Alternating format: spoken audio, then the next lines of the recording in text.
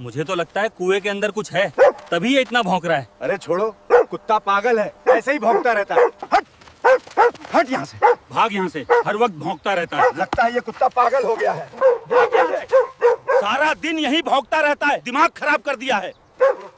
भारत और पाकिस्तान की सरहद के पास एक छोटा सा गांव था। गांव इतना छोटा कि वहां की हर खबर कुछ ही मिनटों में पूरे गांव में फैल जाती थी। खेत, कच्चे रास्ते, दूर दूर तक फैली सरसों की फसल और बीच बीच में बीएसएफ की चौकियां। दिन में यहां सब कुछ सामान्य लगता था, लेकिन रात होते ही माहौल बदल जाता था। हर तरफ सन्नाटा छा जाता। बस कभी कभी दूर से कुत्तों के भौंकने की आवाज सुनाई देती। इसी गांव के किनारे एक पुराना सूखा कुआं था, पत्थरों से बना, आधा टूटा हुआ, जिसके चारों तरफ झाड़ियां उग आई थीं। लोग कहते थे कि वह कुआं बहुत पुराना है, शायद आजादी से भी पहले का। अब वहां कोई जाता नहीं था, लेकिन पिछले 9 महीनों से गांव के लोग एक अजीब बात देख रहे थे। हर दिन, सुबह, दोपहर और रात, एक काला भूरा कुत्ता उस कुएं के पास आकर जोर जोर से भौंकता था। वह कुएं के मुहाने पर खड़ा हो जाता, नीचे झांकता और लगातार भौंकता रहता। गांव वाले पहले दिन हंसे, अरे पागल कुत्ता है। दूसरे दिन किसी ने पत्थर मारा, तीसरे दिन किसी ने डंडा लेकर भगा दिया, लेकिन कुत्ता भागता जरूर था, पर थोड़ी देर बाद फिर वापस उसी कुएं के पास आ जाता। दिन बीतते गए, 1 हफ्ता, 1 महीना, 3 महीने और फिर 9 महीने। कुत्ता अभी भी वहीं था, बरसात में भीगता हुआ, धूप में हाँफता हुआ, सर्दी में कांपता हुआ, लेकिन उसकी नजर हमेशा उस कुएं के अंदर ही रहती। गांव के बच्चे उसे काला कहने लगे थे। एक दिन चाय की दुकान पर बैठे बुजुर्ग रामदयाल ने कहा, कुछ तो बात है इस कुत्ते में। कोई जानवर बिना वजह इतने महीनों तक एक ही जगह नहीं भौंकता। दूसरा आदमी हंस पड़ा, अरे काका, तुम भी ना, कुत्ता है, पागल हो गया होगा। तभी पास बैठा एक जवान लड़का बोला, नहीं, मैंने कई बार देखा है, ये कुएं में झांककर ही भौंकता है, जैसे अंदर कुछ हो। सब कुछ पल भर को चुप हो गए, लेकिन फिर किसी ने बात को हल्का कर दिया, कुएं में क्या होगा, पानी भी नहीं है उसमें।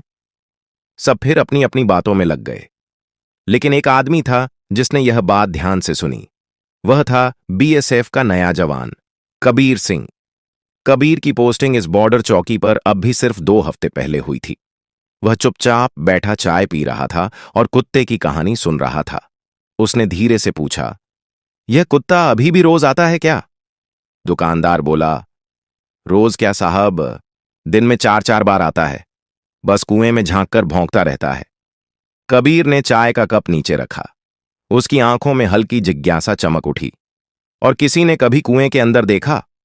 दुकानदार ने कंधे उचकाए, कौन जाएगा साहब, बहुत गहरा है, और वैसे भी अंदर कुछ है ही नहीं। उसी वक्त दूर से कुत्ते के भौंकने की आवाज आई। सबने एक साथ उधर देखा। वह वही कुत्ता था, कुएं के पास खड़ा, नीचे झांकता हुआ और जोर जोर से भौंकता हुआ। कबीर धीरे से खड़ा हुआ। उसने दूर से उस कुत्ते को देखा। कुत्ता अचानक रुक गया। उसने कबीर की तरफ देखा। दोनों की नजरें मिलीं, और उस पल कबीर को ऐसा लगा जैसे कुत्ता कह रहा हो, तुम ही हो जो मेरी बात समझोगे। कबीर ने मन ही मन तय किया, आज रात वह उस कुएं के पास जरूर जाएगा। लेकिन उसे जरा भी अंदाजा नहीं था कि उस कुएं के अंदर जो सच छिपा था, वह सिर्फ एक गांव नहीं, पूरे देश को हिला देने वाला था। उस रात गांव जल्दी सो गया। सरहद के इलाकों में वैसे भी लोग देर तक बाहर नहीं रहते। रात गहरी होते ही खेतों में सन्नाटा फैल गया। बस कहीं कहीं बीएसएफ की चौकियों से आती हल्की रोशनी और दूर गश्त करते जवानों की परछाइयां दिखाई दे रही थीं। लेकिन कबीर सिंह जाग रहा था।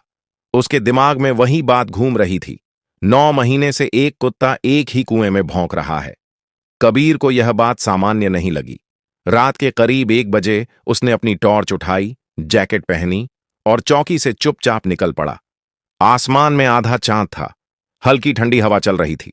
खेतों के बीच से जाता कच्चा रास्ता उस पुराने कुएं तक जाता था।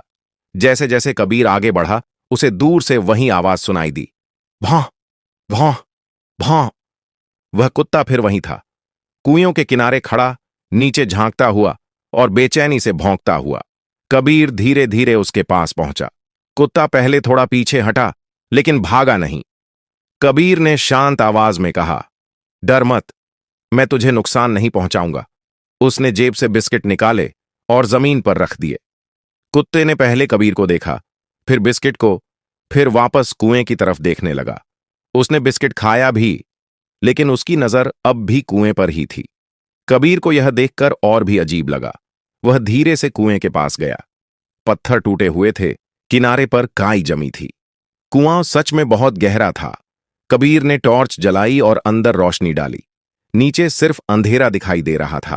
कुछ सेकंड तक कुछ नहीं दिखा। फिर कबीर को लगा जैसे नीचे कुछ हिला हो। वह थोड़ा और झुका। तभी अचानक नीचे से बहुत हल्की आवाज आई, इतनी हल्की कि अगर कुत्ता भौंक नहीं रहा होता तो शायद सुनाई भी नहीं देती। एक धीमी सी आवाज, जैसे कोई बहुत कमजोर आदमी बोलने की कोशिश कर रहा हो। कोई है। कबीर का दिल जोर से धड़कने लगा। उसने तुरंत फिर टॉर्च नीचे डाली। इस बार रोशनी थोड़ी गहराई तक गई और अचानक कबीर की सांस रुक गई। कुएं के नीचे पत्थरों के बीच एक आदमी पड़ा हुआ था। उसके हाथ बंधे हुए थे। चेहरा धूल और खून से सना हुआ था और वह बहुत मुश्किल से ऊपर देख रहा था। कबीर के मुंह से अपने आप निकला, हे भगवान! तभी कुत्ता अचानक और जोर से भौंकने लगा, जैसे वह कबीर से कह रहा हो, देखा, मैं झूठ नहीं बोल रहा था, अंदर कोई है। कबीर ने तुरंत नीचे आवाज लगाई, सुन सकते हो मुझे? तुम कौन हो? नीचे पड़े आदमी ने बहुत मुश्किल से कहा, मुझे बचा लो, मैं भारतीय फौज का आदमी हूं। कबीर के पैरों तले जमीन खिसक गई। भारतीय फौज का आदमी? लेकिन वह इस कुएं में कैसे गिरा? और सबसे बड़ा सवाल, उसे यहां किसने फेंका? कबीर ने तुरंत वायरलेस निकाला। चौकी सुन रही है? यहां तुरंत मदद भेजो। कुएं में एक आदमी जिंदा है। कुत्ता अब भी कुएं के पास खड़ा था, लेकिन इस बार वह भौंक नहीं रहा था। वह शांत होकर नीचे देख रहा था, जैसे कह रहा हो, मैं 9 महीने से इसी पल का इंतजार कर रहा था। लेकिन कबीर को अभी यह नहीं पता था कि यह आदमी यहां कैसे पहुंचा।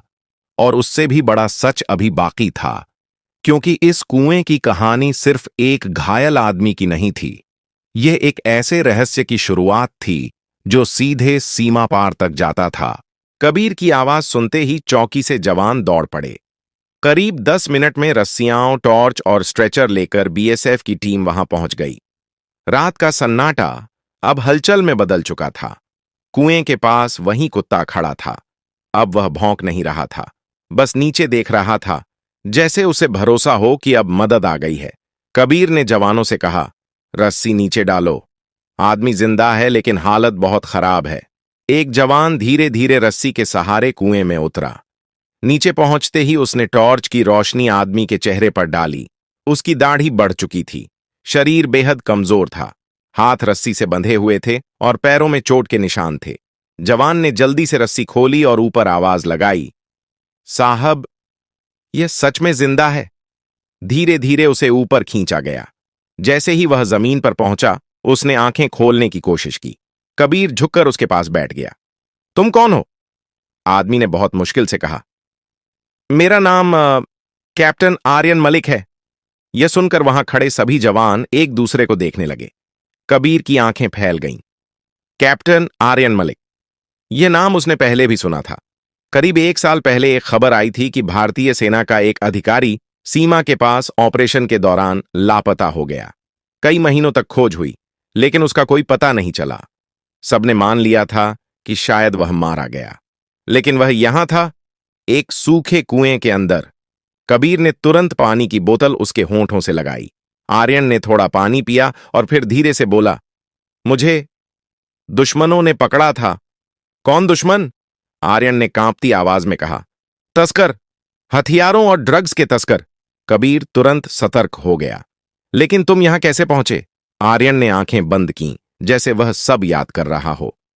मैं उनके पीछे लगा हुआ था। हमें खबर मिली थी कि सीमा के पास एक गुप्त रास्ता बनाया गया है, जिससे हथियार और ड्रग्स भारत में लाए जाते हैं। कबीर ने पूछा, कहां है वह रास्ता?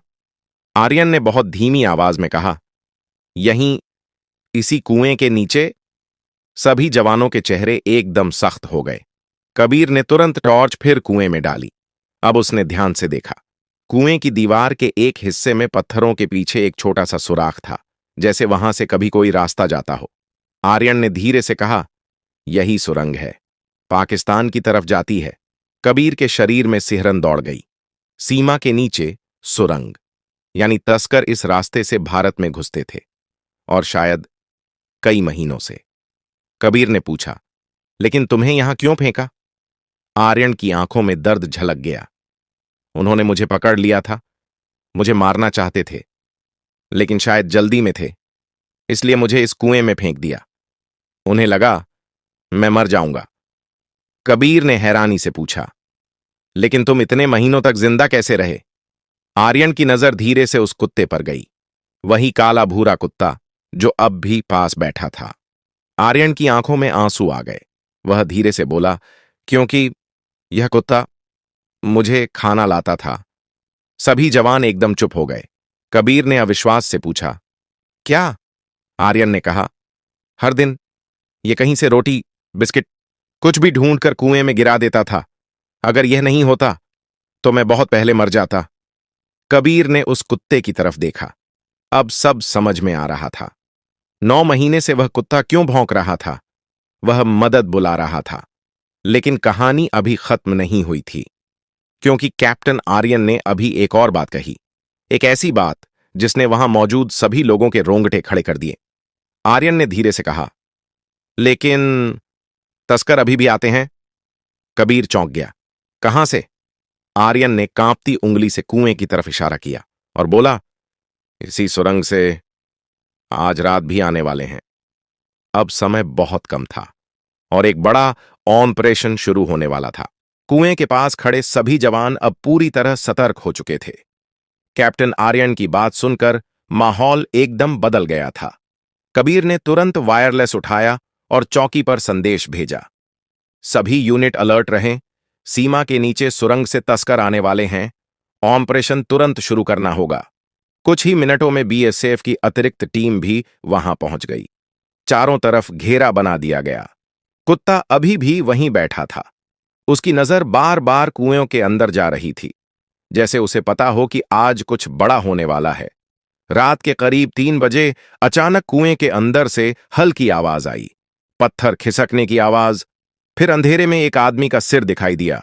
वह सुरंग से ऊपर चढ़ रहा था, लेकिन जैसे ही उसने ऊपर टॉर्च की रोशनी और बंदूकें देखीं, वह घबरा गया।